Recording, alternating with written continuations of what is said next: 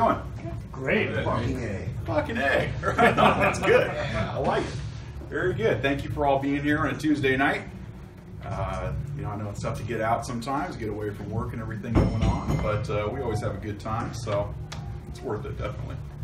We're going to be talking tonight about the Lesser Ritual of the Pentagram.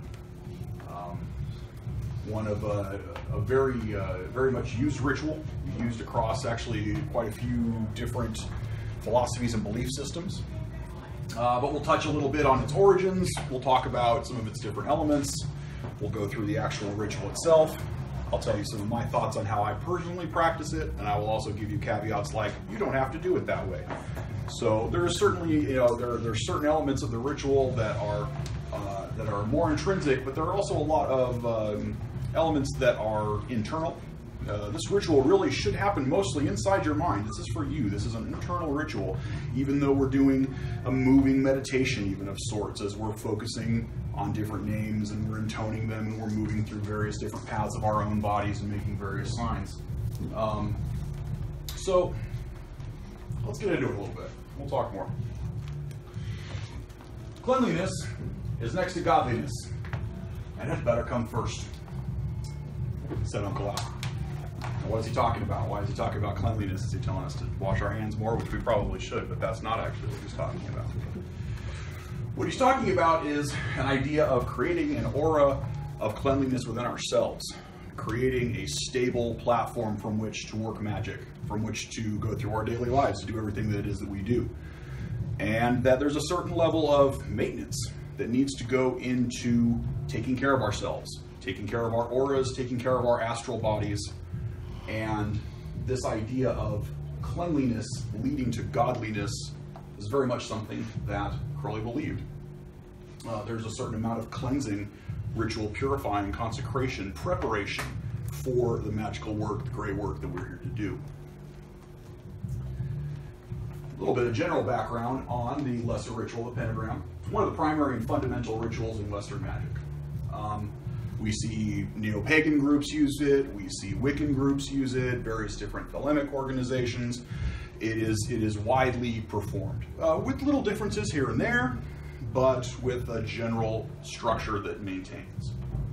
The LRP first originated with the Hermetic Order of the Golden Dawn. Crowley would have first learned it when he became an initiate in 1900. And it has since been adopted in different incarnations by various traditions. This, of course, is the Rose Cross, the central glyph of the Hermetic Order of the Golden Dawn, and this being where a lot of our traditional Western Hermetic mysticism comes from, and certainly where Crowley got a lot of his ideas about Western Hermetic magic, although he would take those and borrow from them and build upon them as he went through his own practice. According to Israel Regardie, for a young, handsome picture of him there on the left, Eliphas Levi makes the first reference to the pentagram ritual in his book, Transcendental Magic, in 1854 to 1856. So we see even a good 50 years prior to when Crowley might have been working with this, this was already informed within this kind of theory. And this is Levy on the right, of course. In his book, translated by E.A. Wade, who's also done some other great writing on Kabbalism and whatnot, he says, the sign of the cross, adopted by the Christians, does not exclusively belong to them. It is also Kabbalistic and represents the oppositions and tetratic equilibrium of the elements. There were originally two methods of making it the cross. One, reserved for the priests and initiates, the other set apart for neophytes and profane. Thus, for example, the initiate raising his hand to his forehead said, "Thine is," then brought his hand down to his breast, saying, "The kingdom," then transferred his hand to the left shoulder, saying, "Justice," and finally to the right shoulder, saying, "And mercy," then joining his hands together, added, "Through the generating age." So we see what is eventually going to become one of the first forms of the Kabbalistic cross, which is how we're going to begin the Lesser Pentagram ritual and also end it. And we get an idea that there may be multiple sets of meanings in the symbolism of making a cross, and the symbol of the cross itself. And that different groups have interpreted this and are privy to different levels of information, perhaps. So let's dig further in and find out what he might be talking about. Most Christians know the traditional sign of the cross. We touch the forehead, touch the heart generally, and then right, and then left shoulder. In the name of the Father, Son, Holy Ghost, amen. Very traditional. I have a good Catholic friend that he does this every time he gets in the car. This would be one interpretation of that sign of the cross that we're going to break down line by line and start to really kind of dig into a little bit more kabbalistically. What are some of the purpose of the LRP? I mean, why is it that we want to do this ritual? One idea is to affect the magical space, potentially preparing it for further work, creating external balance. So, affecting what's going on outside of you, wherever it is that you happen to be. A lot of times, rituals will start with a lesser pentagram ritual, larger rituals where more work is going to be done. Occasionally, masses will start not always, of course. But it's sort of a preliminary. Let's take some deep breaths. Let's prepare the space. Let's sort of smooth out the wrinkles before we get ready to move forward with some more work. We're also affecting the energies of the magician, creating internal balance. So the exact same thing, but within yourself. And what is it that's keeping you from focusing on the work at hand, focusing on the level of visualization that you'd like to try to achieve to balance out those energies as well. And ultimately, to establish the magician as the center of a perfect microcosm balanced within the macrocosm, a perfect single point within the grandness of all. As a kind of a balancing of the internal and external, as above, so below, sort of intonation. Dr. David Shoemaker, who some of you may have the pleasure to have met, I hope you all will at some point, in his book, Living Thelema, which I also encourage you to read if you have not. It's an excellent, very accessible book when it comes to just starting to kind of dive into some thelemic principles, and he's a great guy and an excellent author. But he writes, the LRP tends to clear the physical, psychological, and magical space of the magician. It is also an invocation of the 4 archangels, traditionally attributed to the 4 elements, and the 4 quarters. Many people use the LRP as their daily hygienic practice. And here again, we kind of get reintroduced to that idea of cleanliness, of hygiene, of spiritual daily hygiene. Things we just need to take care of, just like your physical daily hygiene. We know what happens when you don't do that. Other things happen when you don't take care of the spiritual. So note, this particular ritual can be performed 2 ways. And there's actually a lot of variation in going on and further working with other pentagram rituals, but we're just going to start off with the lesser ritual of the pentagram as it involves the banishing or invoking of earth, which is usually where you see that start. Traditionally speaking, the most traditional lesser banishing of the pentagram is a banishing of earth ritual. Again, kind of focusing on leveling out that earthly energy, leveling that earthly plane, creating a sacred space to do work within. So we see that.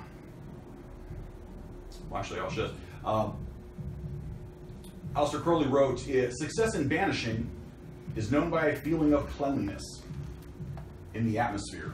Success in invoking by a feeling of holiness. It is unfortunate that these terms are so vague. It is, uncle. But it gives us a little bit of an idea to start trying to think about what effect it is that we want to see from this slight variation within a ritual. Essentially, this is the pentagram that we're working with, your traditional elemental pentagram. We see it upright with spirit at the top. What we're working with here initially is earth. Now, the essential method is that if one starts creating one's pentagram at the element one is working with and draws their pentagram away from that, that is generally considered to be a banishing. Whereas if I were to start at spirit and draw my pentagram towards earth, that would be invoking of earth. And interestingly, we can do this with all of the different elements, depending on where it is that we want to start and what it is that we want to create the work that we're doing. But again, in this situation, we're just going to worry about it.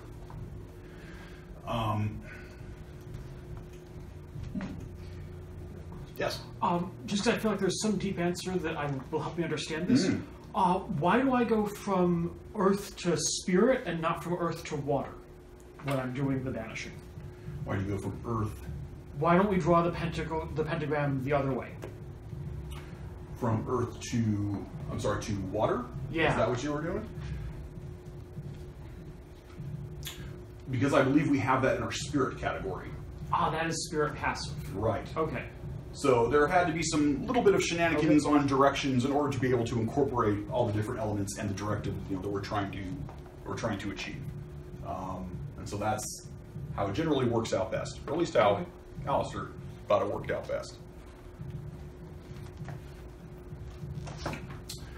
It is generally recommended that magicians practice this ritual twice per day, once in the morning and once in the evening. There's no rule or law that says that you have to do that, but it's friendly advice that somebody thought that was useful to try and achieve on a daily basis to create this cycle of doing this day and night. The invoking form, some people have reported, and I'm interested, and we'll talk a little bit, we'll have a bit of discussion after this if anyone wants to share any personal experience with this. But the invoking form may be energizing to the magician. It may make you want to do something. It may make you want to think about something. It may make you want to go read something. And so one might try invoking in the morning and banishing in the evening. Or practice with one or the other for an extended period of time. Do all banishings for a week. See how that works for you. Do all invocations for a week. See what that does for you. This is a tool that you have to play with. See how it works best for you. It may not work best the same for everybody, and that's okay. This is just one way to start to approach the work that you're doing. Also, one might incorporate the pentagram ritual into their first and last resh each day. If we're doing resh, we've got 4 times throughout the day where we will stop and we will invoke the sun in various quarters. And this time is also a good time to incorporate an LRP. The directional methodology and a lot of the correspondences between these two rituals really play nicely together. And so you can kind of do one right after the other, and they sort of just lead together pretty clean if one's so inclined. Crowley writes in his notes on the ritual of the pentagram, "Every man has a natural fortress within himself, the soul impregnable. Besides this central citadel, a man also has outer works, the aura. It is the duty of every person to see that his aura is in good condition. There are 2 main methods for doing this. The first is by a performance of 2 or 3 times daily of the banishing ritual of the pentagram. Its main point is to establish in the astral 4 pentagrams, 1 in each quarter, and 2 hexagrams, 1 above, the other below, thus enclosing the magician, as it were, in a consecrated box. It also places in his aura the divine names invoked." So a little bit more detail from Crowley about his purpose behind this ritual. Again, going back to the idea of preparation, of cleanliness, of creating yourself as a divine vessel to do your great work with. A few notes on the tools you may choose to use and the space in which you may choose to work. The magician may wish to perform this ritual with a temple space, with a small altar at the center. You don't need that. If you were so inclined to work with a small square or round altar, you could work your way around it, and that would be wonderful, but not necessary. You can just turn in a circle. Tools such as the wand, dagger, or even sword may be implemented if desired. though none of this is necessary. The gestures that you're making can be made perfectly well with your hand, with just your bare hand. Now, maybe you want to incorporate a wand into it. Maybe you have a wand you really like using. Great, do it.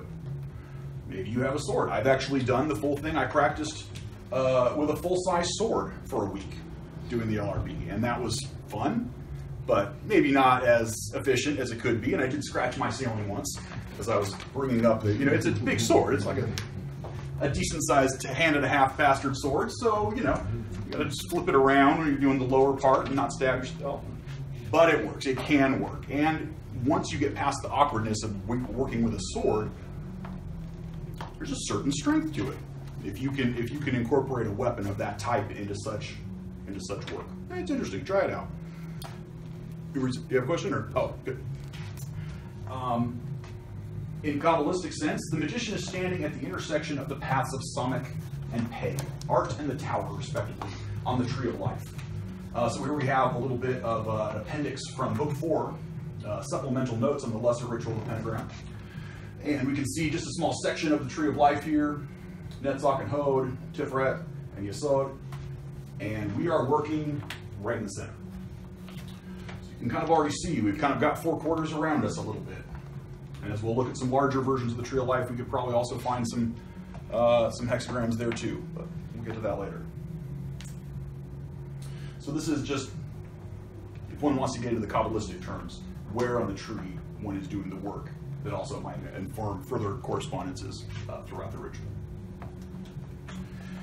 So let's get into the ritual itself. We find the ritual in Liber O, which has a bunch of wonderful texts, and actually the kabbalistic, the Lesser Ritual of the Pentagram is not part 1 of Liber O, it is a separate section. But part 1 of the kabbalistic, part 1 is the kabbalistic cross that we're going to start working with of the pentagram ritual. So we'll just go through the text initially, and then kind of talk about some of the visualization that one might do, and some of the slight variations that you'll also find between various different schools of thought. We're going to start off by touching the forehead, saying O.T.O, which means unto thee, or thou art, or thine is, depending on translation. And even before this, I would say, even before we touch the forehead, I would incorporate an idea that one could envision a brilliant ball of light above one's head. That just above your head there is a great, bright, glowing ball of divine celestial light, and that to begin this entire process, we're actually going to reach up, and you don't have to physically grab it or anything like that, but I do tend to actually personally reach up with almost I bring my thumb down as such, and we're bringing it down in that action. We're taking that divine, we're bringing it down into ourselves. O.T.O. Okay? Now, the next section, there's a little bit of variation, and we'll talk about why for a second. Traditionally, if you look at the original text of Liber O, which is pretty straight along the Golden Dawn guidelines for how this ritual was done, how Crowley would have first learned it, the next section is instructed to touch the breast. That one would start here, bring down to the heart, to the breast, and would intone our next Sephiroth, essentially of the tree, Malkuth.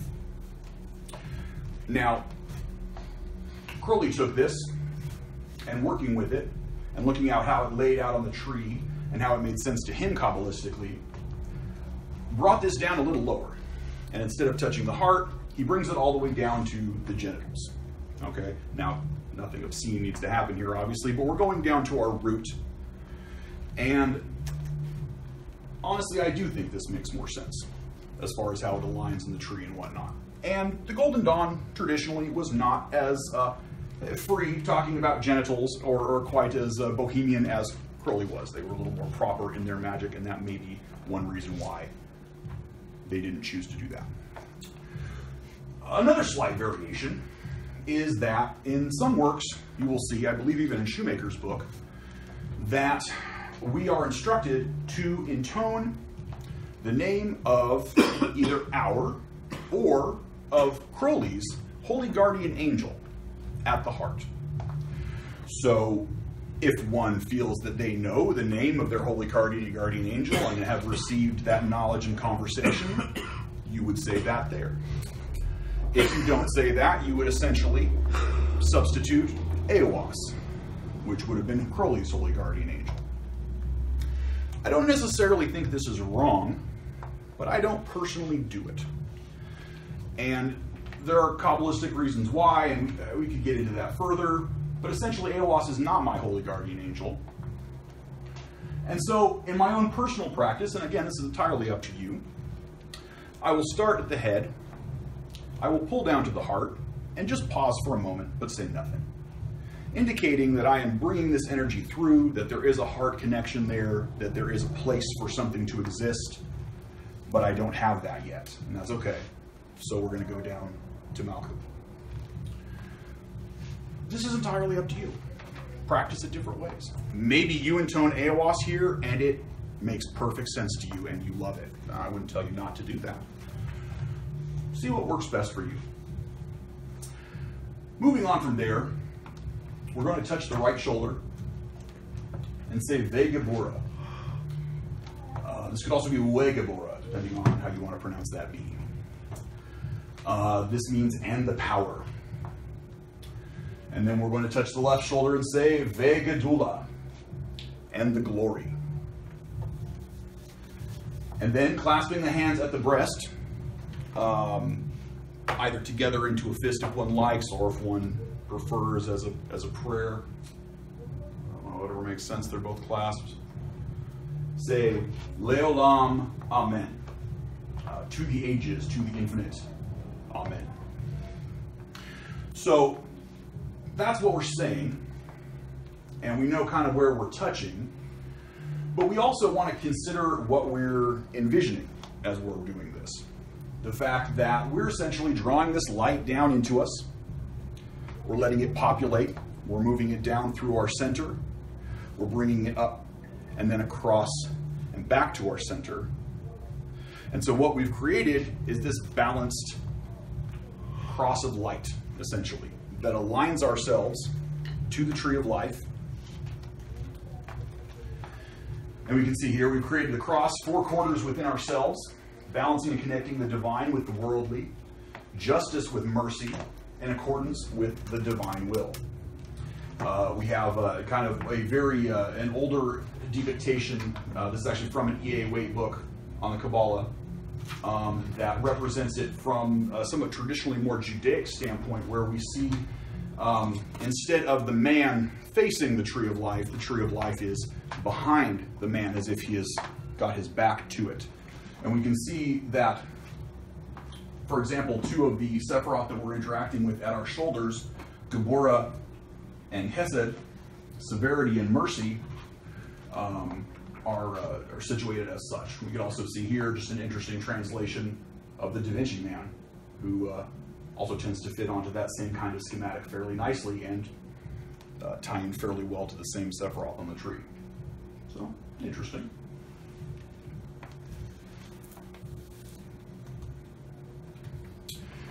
Another just random, interesting comparison that I was thinking of as I was looking at this is the comparison of the text within the Kabbalistic cross to the text of the Lord's Prayer. When Jesus is teaching his disciples, and traditionally King James version of Matthew, he says, "After this manner, therefore pray ye." So here's how you guys ought to pray. When you start praying, here's what we do. We start off when we say, "Our Father which art in heaven, hallowed be thy name." Okay, well, we're designating who it is that we're talking to. This is fairly similar to this unto thee, unto thine, unto that greatness, okay? Unto our Father which art in heaven. Thy kingdom come, the second portion being the kingdom. Thy will be done, the power and the glory, remember, power and the glory, Vegadula, Vegabura, Vegadula, which can also be translated as the justice and the mercy. There are various different translations for those Sephiroth. Justice and mercy would be one of those. And if we were to consider what is the concept of God's will, of true, higher, divine will, these are how he manifests in the world his justice and mercy. Power, severity, and mercy, and love. In earth, as it is in heaven, to the ages, amen. Essentially giving us that unto forever, unto eternity, and to that greatness which is all. These are just my thoughts. And just another one of the possible tie-ins to some of that early Christian passover into Gnostic theory that we sometimes see. So, a little correlation there maybe.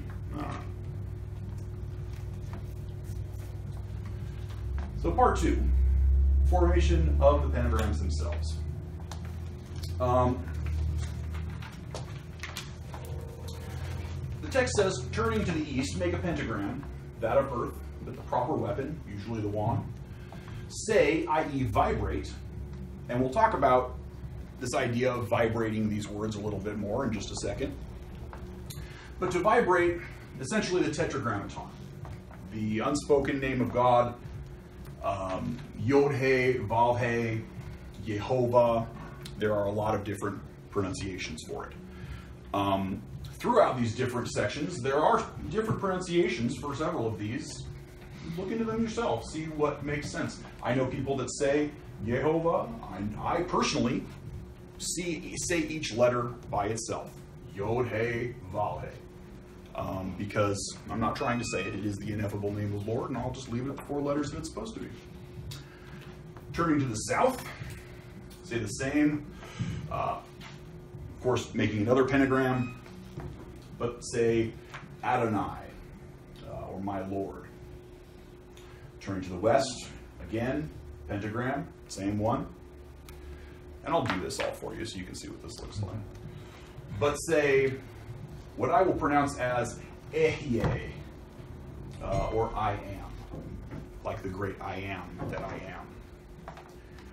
am. And turning to the north, the same, but say, and here you've got some options again. Some people will say to say what is essentially an abbreviation, Agla. Agla would be your word there, but that's an abbreviation for Ata Gibor Leolam Adonai, which means to thee be the power unto the ages, O Lord, or you are strong to eternity, O Lord, or thine is the power forever, my Lord. Something to that effect. And some people choose to say it in shorter lettering because it flows a little better. Some of our other words are a little shorter. It does seem like kind of a mouthful, maybe, the whole line. However, that's how I do it. I like to say the whole line because that's what it is that I'm saying. These words have meanings. They're not just random gibberish. There's a translation. So I prefer to use the whole thing. That's just me.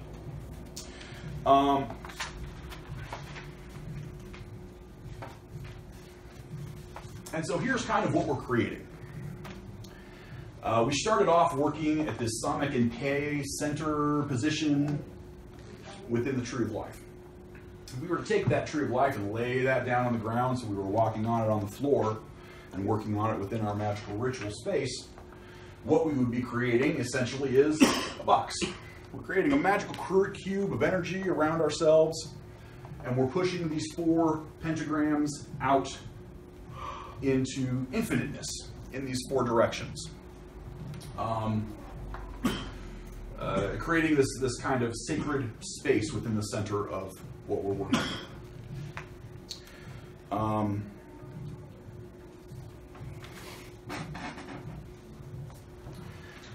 And a note on the vibration of the names themselves. This is great. I did not do this, but this is awesome. Little infographic here. This is very accurate. I like it. I'm going to read you a small section from Libero where Curly talks about the vibration of God names, and I think he does a fairly good job of explaining himself, so I'll let him do that, and then we'll talk about it a little bit. Curly reads, the vibration of God names as a further means of identifying the human consciousness with that pure portion of it which man calls by the name of some God, let him act as thus. A, stand with arms outstretched. B, breathe in deeply through the nostrils, imagining the name of the God desired, entering with the breath. Let that name descend slowly from the lungs to the heart, the solar plexus, the navel, the generative organs, and so to the feet. The moment that it appears to touch the feet, quickly advance the left foot about 12 inches. Throw forward the body and let the hands, drawn back to the sides of the eyes, shoot out so that you are standing in the typical position of the god Horus. And at the same time, imagine that the name as rushing up through the body while you breathe it out through the nostrils with the air, which has been, till then, rushing up through the body. Oh, till then retained in the lungs, excuse me. All this must be done with all the force of which you are capable. Then withdraw the left foot and place the right forefinger upon the lips so that you are in the characteristic position of the god Harpocrates in the sign of silence. Okay.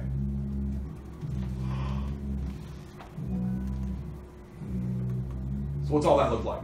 Let's go through it a little bit.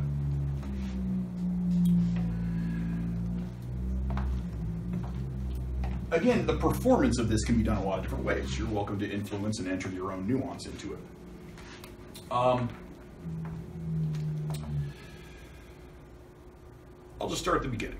So, if we were to start, we imagine our light, we bring it in, and we say, O.T.O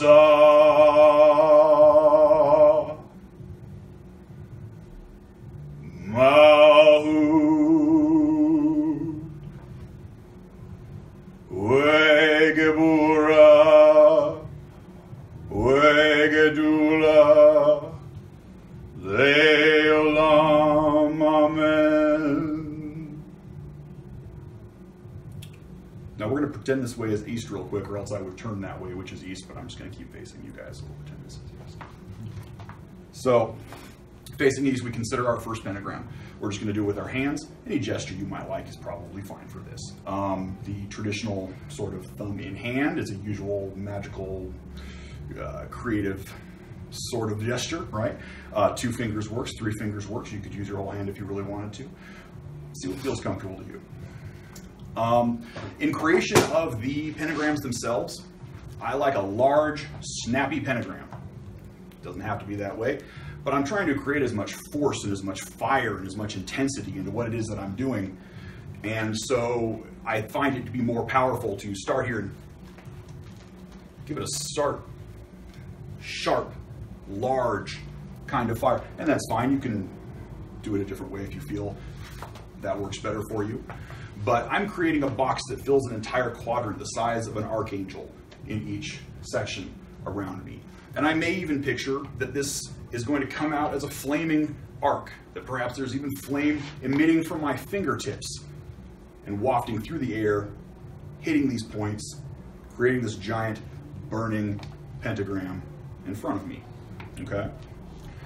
Once that is situated and burning thusly, I will, if we're starting at the beginning, bring that name in, breathe it down through you, breathe it down and in through that same track that you just created, that body of light with that astral work that we just did with the kabbalistic cross.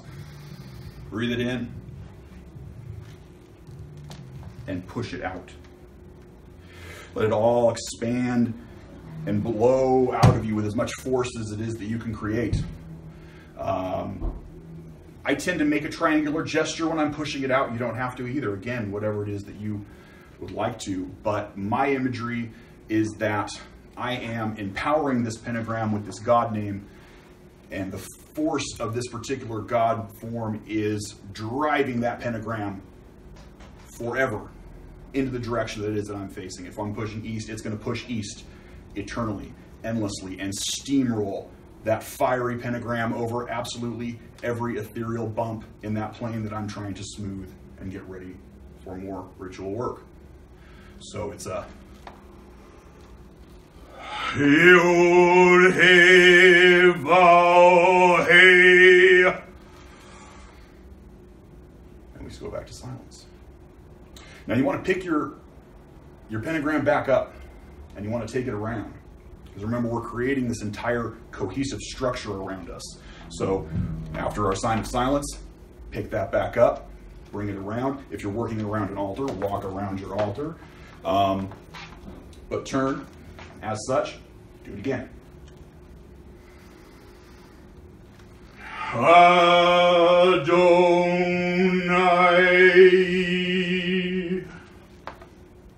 As such.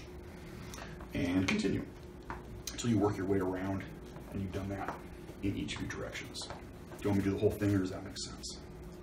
That makes sense. I'm good. Makes sense. Okay. And again, the way you intone those, practice with it a lot. When I first started, and I still do sometimes, I like to throw it out maybe further than I need to. So, like, my intro would be like, boom! You know, like I would take a very large 3-foot step forward because I was stomping it out there. Very not necessary. And actually, if you play around with some of the differences in a smaller step, you'll find that the arch of your back is different, and that it may actually affect how that energy arcs forward if you're not as hunched, but if your back is straighter. Something to consider, something that was pointed out to me in my early practice. So,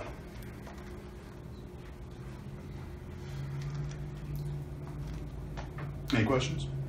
Yeah. Yeah. Do you visualize different colors in the different directions for the fire, or is it all the same color? It's a good question.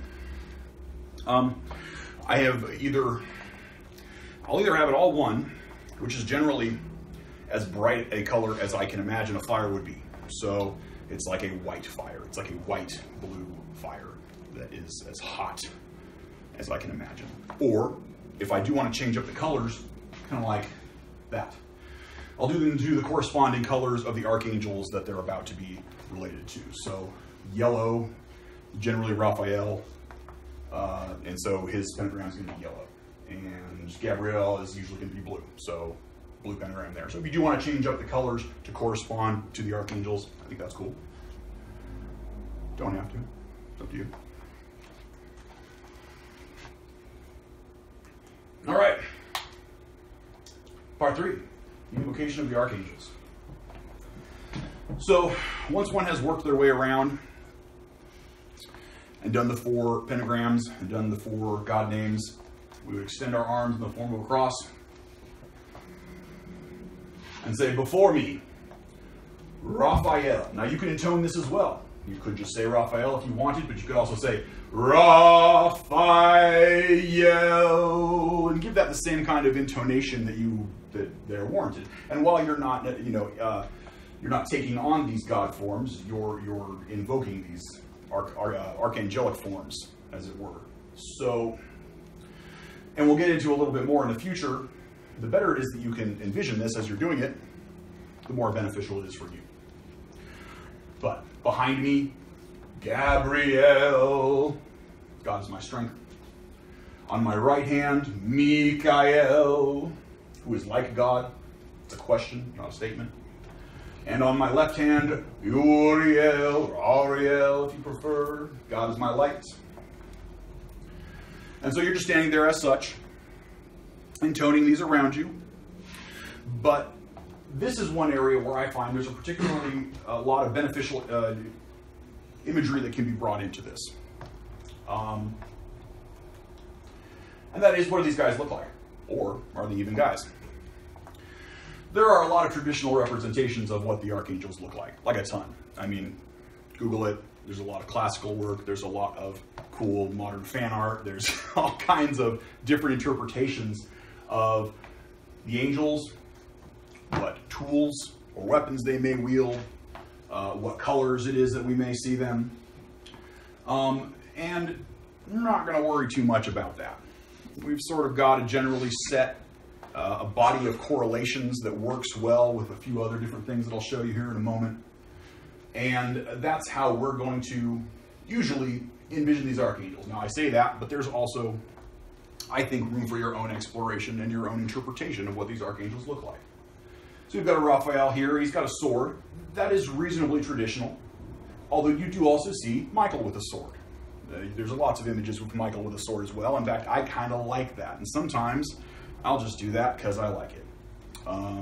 Because that further builds on the power and the image, the ideology that I have with Michael as an angel of justice, as a destroyer angel, as the angel that cast out Satan, however it is that you're looking at that kind of, he's the angel of fire. And sometimes that makes more sense to me. However, if we look at it in kabbalistically, or we look at it as far as the tarot even, well, if we look at the tarot, swords are generally correlated to wind. And Raphael is our wind element. So that makes perfect sense. Okay, good. All right, let's move on. Gabriel. This Gabriel has what looks like a calla lily. And also, I've seen several versions as such, where they are carrying a plant of some sort or flower of some sort. We would traditionally look at this as a water element, as the bearer of our chalice or our cup. Or correlating these back into our 4 magical weapons, our sword, our rod, our chalice, and our disc. And we're going to correlate these across the angels. Here's Michael. He's got a staff. That makes sense. Tarot, staves, fire, okay, correlating there. We like that. But why is he blue? Shouldn't he be red? I don't know. I like to correlate the colors that have to do with the elements to my version of what I think those angels look like. Obviously, not always done that way. Usually we represent Uriel with a disc or a shield or a pentagram or a pentacle. Here we have a book. I can see a correlation there. That's not necessarily too far off. Here's another version. This time Michael does have a sword. Raphael does have a staff. So we're not going to worry about it too much. There are some slight variations. But here are what I would say are the most likely kabbalistic correspondences when we're looking at how these archangels look and what it is that they represent and how you can incorporate that into your imagery. Okay? So Raphael. Raphael is generally seen in yellow. Also, sometimes there is an accent where you will see an accent color of the corresponding primary colors. So it will be yellow with violet as its complementary color. So yellow trim with a violet accent, holding a large upright sword. As their wings open, a gust of wind is going to hit you because we're trying to start to incorporate in the element that they also represent. And if you can push that one step further, what does that wind smell like if it were carried by the season that they relate to? Okay? And how I started to try and break this down for myself personally in building this level of more sensory information from the experience of the appearance of these archangels was by taking it a syllable at a time, essentially. So Raphael. On Ra, I ought to know what he looks like. Just in my head, I've got a basic picture, yellow robe, holding a sword, whatever it is, got a hood, whatever you like. Phi, what is his element? Air. So there's a action part of what it is. As I'm intoning this, Raphael, this great angel is approaching and appearing in front of us and spreading these great wings, which are mirroring the pentagrams that are behind it, creating also this sort of cube around us as we're working. So we're going to feel that air. That's the second word. Phi, air. There's actually, see if you can feel it on your face. And then L, what is the smell of that? Can you smell spring air? Can you smell freshly cut grass? If that smells like spring to you, what does spring smell like? These are kind of abstract ideas. What does a season smell like to you? It might be completely different based on where you've lived. But the idea is that we're creating this whole sensory experience and we're going around and we're doing that. So Michael, he's got a red robe and with a green accent. He's holding a large wooden staff, which is burning, representing the fire element. The wings open and you get that crackling warm sensation. And it might smell like something that you associate with summer, camping, the desert, whatever it is that is. But this is where your focus is. This is all just happening inside. You're bringing these angels to complete visualization within your head, as much so as you possibly can. And if you look at this series of correspondences, we'll also see some of the same correspondences that we see from Liber Resh, which is why those directions, those weapons, those angels, those times of day, dawn, noon, dusk, night, there's our Resh times. It all ties together. So this is really this is a fantastic little visual diagram of everything kind of working together. What are the 5 letters in the center? Good question. I was looking at that today. I did not make this, and I was thinking about that. What do you guys think? Is it the tetragrammaton in the beginning? Is this a yod hey vowel hey? But that looks like an A, doesn't it? It doesn't look like a V. I've been trying to figure out if they're all oriented up, so it's A-I-H-H, Uh-huh. or if they're each oriented in that direction, so it's A-H-I. That's interesting too. And what's the M in the middle? Is that man? Any thoughts? Magician? Magician? Hmm? I'm actually not positive. And it also looks laid out sort of like the depictions of yoga of the 4 colors. That's interesting too. You do see the 4-quadrant designation with the 4 different colors, which is very similar to our glyph of the Sephiroth Malkuth, which is also interesting as we kind of deal with all of these worldly manifestations of seasons and energies and cycles of time and nature. I shall consult the oracle. Ghost, do it. Where are these pictures from? What's that? Where is these pictures from? You know what? I tried to find where this picture was from. I found it like on a shared through some forum, and it didn't have any designation as to who did it. So find me who did this, because I like it. I think it was generally well done, but I want to know. I want to know too. Might you post it on the event page? What's that? Might you post it on the event page? Possibly. Sure. Yeah. I can put it up there, I'll take it. and we'll hunt it down, and we'll give them credit, because it is a nice diagram. If you save the image and then drag it onto Google Images, Uh-huh. sometimes it'll find the place that it originally came from. Really? Yeah. Okay. Okay. And if you have the original name for the file, Sure. maybe. You know, when I pulled it, the file was one of these like very like just long strings of letters and numbers that was fairly Yeah, that's intelligible. how- Like that's didn't how have it a looks. name to it or anything No, like but that. that's headlocks. They can search through that. Mhm. All right, we're gonna find it. What's that? If you have this I remember really huge name, running it's gonna help. across it somewhere in a Rosicrucian text. I mean, it's true. I'm not positive even how old this is. This might be from some ancient text. This might have been done last month.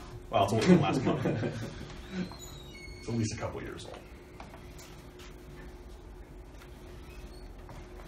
We were thinking Raphael is associated with A, Michael with I, Gabriel with H. Does our Ben? Do you have any ideas on that? So we have this very fabulous diagram here, but there are a series of letters in the very center that look like A-I-H-H.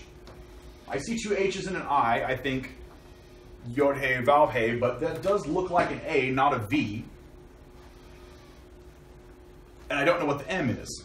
If that's magician or man or this is good. I don't know. Everything else makes sense.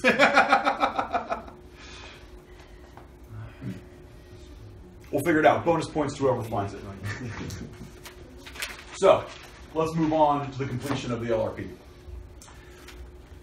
So, once we have intoned these 4 archangels, we shall say these lines here. For about me flames the pentagram, and in the column stands or shines the 6-rayed star. You do see some variation on different verbiage within this last line, probably the most variation between different traditions as far as little changes, but the general gist being we're acknowledging that we are encased by this flaming pentagram, and that we have on the top and bottom of this box this 6-rayed shining star, which has enveloped us in this sort of column of light.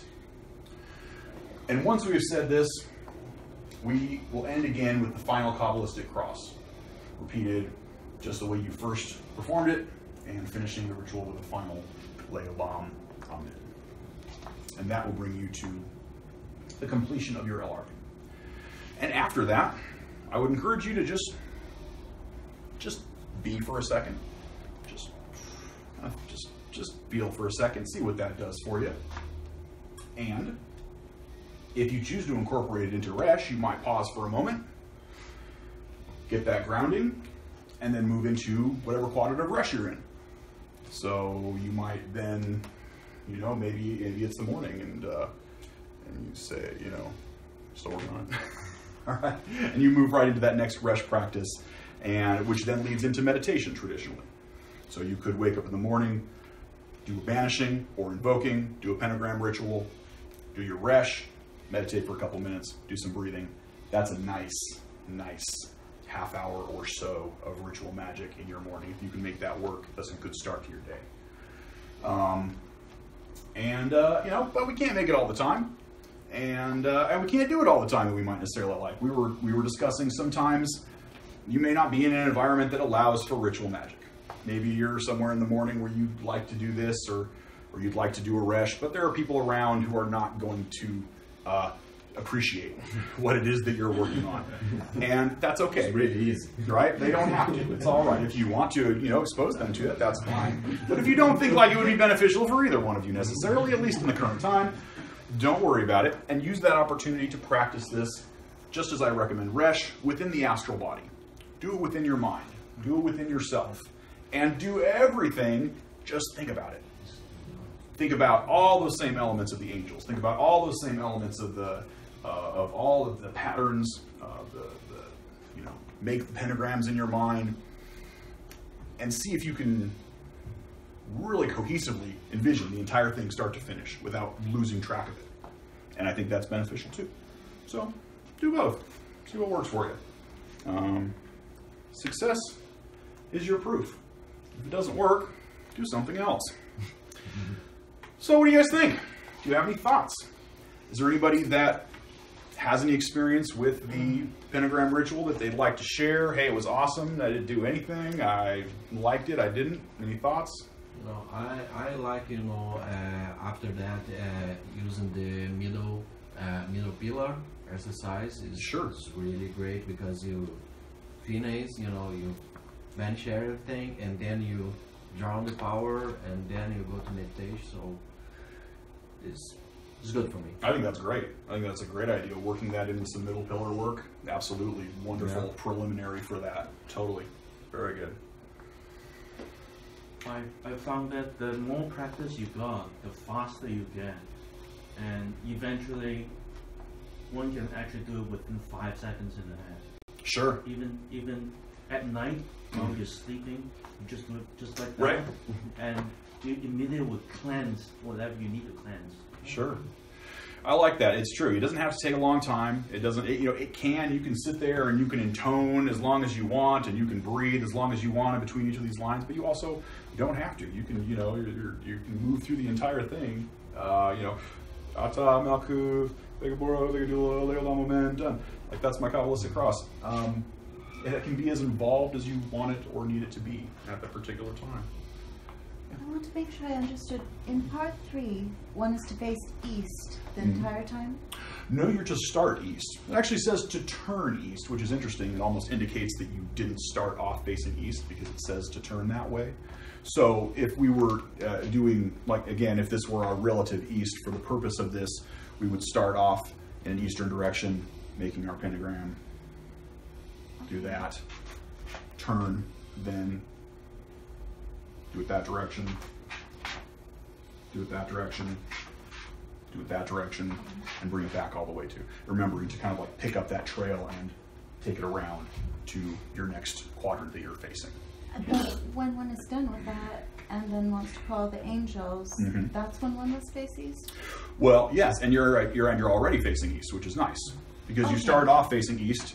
But and you and don't you rotate did, once again after that? You just rotate the one time. Okay. Yeah. Could you demo this whole thing and do it with the energy, so we Just the whole thing through. Yeah, and so that we can also feel the nice. whatever the thing is we feel. I can try. Awesome. Sure. Okay. Absolutely. Come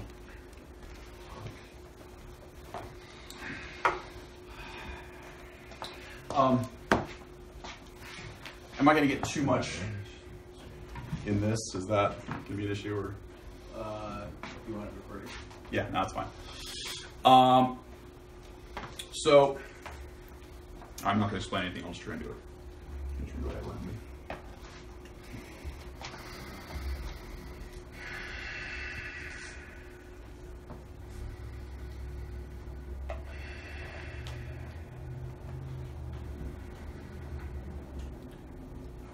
O.T.O.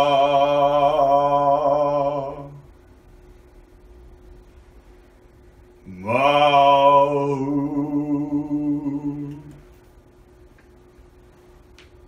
Wegebura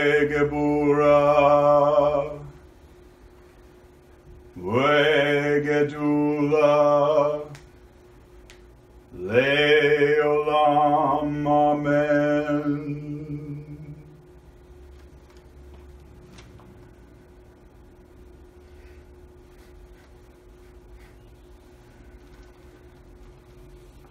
Yod He Vav He.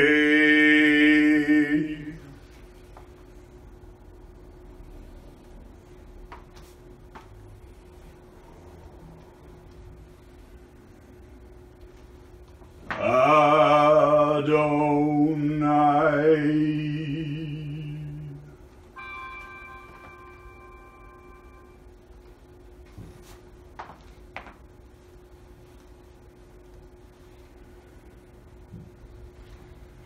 Hey.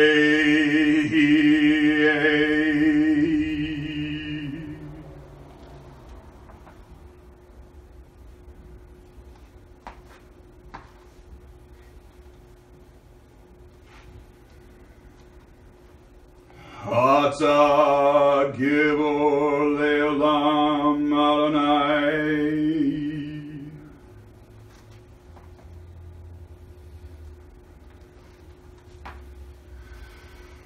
Before me, Raphael.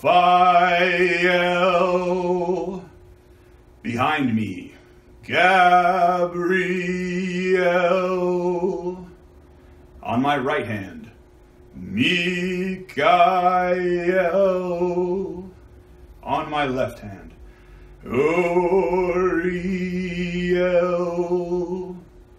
For about me flame the pentagram, and in the column shines the six-rayed star. Ata Malhut Vegebura Vegedula Leolam Amen. Something like that. Thank you. So yeah, that'd be, I'd say it's short. It goes through it pretty quick. And you can do it even faster than that. Some days when you're like, ugh, I don't really feel like doing it. You just gotta remind yourself, it literally takes like a minute or two out of your day. You were gonna spend longer than on YouTube or on Facebook, you know you were. So just take a second, because it's good for you, just to do a little something that's good for your own self, for your own spirit, for your own well-being, and make the couple of minutes a day that it takes to just sneak that in there. And I think it'd be beneficial. I think you'll like it, yeah. You mentioned some visualizations when facing the different cardinal directions, and just thinking about the different seasons or elements that they represent. Sure. But then you mentioned at the end a column and a six-rayed star. Might you elaborate on that? Sure. Do I have a nice? Where's our tree of life? It's towards the beginning. We got a big one here, yeah, but let me see if I have a full one here. That's just a little part of one. There's also the Rosy Cross. That's close. All right. So there's a couple different ways that you could look at this. For About Me Flame the Pentagram, so we've created a box of pentagrams around us that we've tied into all this energy. We've tied into this elemental energy, seasonal energy, color energy, everything it is. So that's what it is around us. What we have on the top and bottom, the six-rayed star, can be found if you look. There's well, it could be interpreted as basically there's a hexagram in the center of the sacred tree of life, the center of which is Tiferet. And this one doesn't quite show it because traditionally, like I said, more modernly, we'll see Yesod be a little bit lower. The foundation will form the lower point here. We see it kind of even with Hod and with Netzach. But this is the sort of the macrocosm that we're looking at. This is the greater 6. Thank you. Lower than the supernal. So if we were to draw a line here, with these guys up here being maybe too special for us to experience or worry about initially right now, we're just talking about sort of this area here. And we have the 6-rayed star that is created sort of out of the macrocosm of the tree of life. So again, think we're creating this idea of the microcosm and macrocosm, this balancing of our own internal selves and then everything else at large as a whole that is and was and could be, essentially. So that's one way to look at that. So it's like defining the space we're working in? Yes, absolutely. And you can imagine that, just as it sounds, yourself within this fortress of fire that you've created and encapsulated by this incredible pinnacle or column of light that you've drawn down to engulf yourself. Okay. And if you don't have one of these, grab one, because they're awesome. It is absolutely the best, most complete small tree of life that you will get your hands on, and it's very just useful to have as reference. I've got them in a bunch of my books, in my journal, and my everything. Like I've got one in the back of half of my books. They're good to reference back to. What else? Any other questions? Yeah, I noticed on your demonstration when you were doing the opening across, you had an open palm, and then at the closing, you had closed palm. Is that something you always do? When was it? When I was making them? Yeah. Like that? Right. You know, that's kind of an affectation that I've picked up, and that it goes with the visualization. So I'm thinking there is a ball of light, a ball of white celestial light, and it's starting up here, and I'm grabbing it up and bringing it down to here. Then I'm going to try and pull it down. I'm still pulling, so this is like my pulling gesture, pulling it down to here. But now from here, it gets pushed. It gets sort of downward stuffed, and I'll actually take sort of, the heel of my thumb and take it to the base of the regenerative organ as its acknowledgement of that position there. So it's a draw down, push down, but then that ball needs to be brought back up. So it's a pushing motion on the back of the hand to connect here, and then a push across motion so that ball then gets pushed that way. And you were saying at the beginning, when I do it first, yes, I generally do when I'm beginning, start like this, and then at my very last end with it closed, which just seems like more of a final hand gesture for me. That's just personal. I don't think that you can do it that way if you want. You don't need to.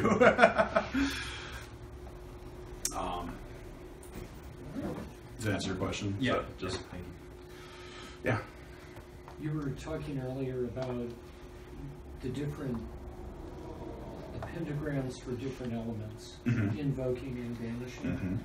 My question is about the choice of various elements for very specific workings. Sure. Of different sorts.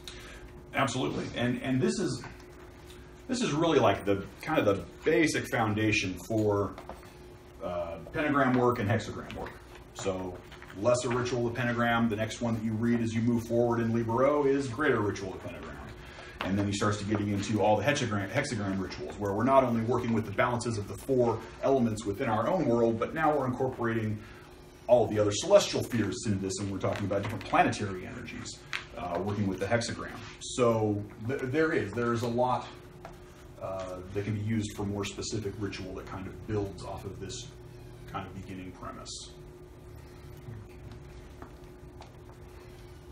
Is that? Another question I had along those lines is, would you recommend doing an initial banishing with an earth pentagram, and then if you're operational of a more specific nature, stack a different form? Sure. Of, a different pentagram on top of them? Possibly. I'm trying to think of a specific working in which I would do that, but I'm sure that it would make sense to do so in some form, absolutely. There are also other banishings that you can bring in. This is kind of a general banishing for average energy balancing purposes. It is not traditionally, well, at least within Thelemic theory, seen as being an overtly aggressive banishing. in what we would consider to be like a get thee behind me sort of banishing kind of a deal. And for something like that, a lot of people will turn to the Star Ruby, which is essentially a thelemic alternative or reworking somewhat of this ritual that Crowley then took and brought more correlations, correspondences in such that he liked, and is believed to be a little bit more of a clear the room kind of a thing, you know, which, so if that's more your purpose, if you really felt like there were actually an energy that you did not want to be present specifically, you might look to something like that. So again, this is kind of just, it's beginner work, it is, but it's also so important because it's the foundation. And if there's something that I've found in doing this work and learning more about the layman, trying to incorporate more of it into my life, is it doesn't work as well if you don't really nail this foundational stuff and really know it well and do it well and internalize it to a point where it just makes sense. And that's going to serve you moving forward. It's going to serve you when you're working on much higher practices and you don't have to think about this stuff because it's all so internally digested in your magical being. You've already done this work. You already know that. So it builds upon itself. What do you guys think? Any other questions? Awesome. You guys are awesome. Thank you very much for coming out. And without will shall be the whole of the law. Love is the law, love is the will. Thank you. Thank Love you. you all. Have a good night. Woo-hoo.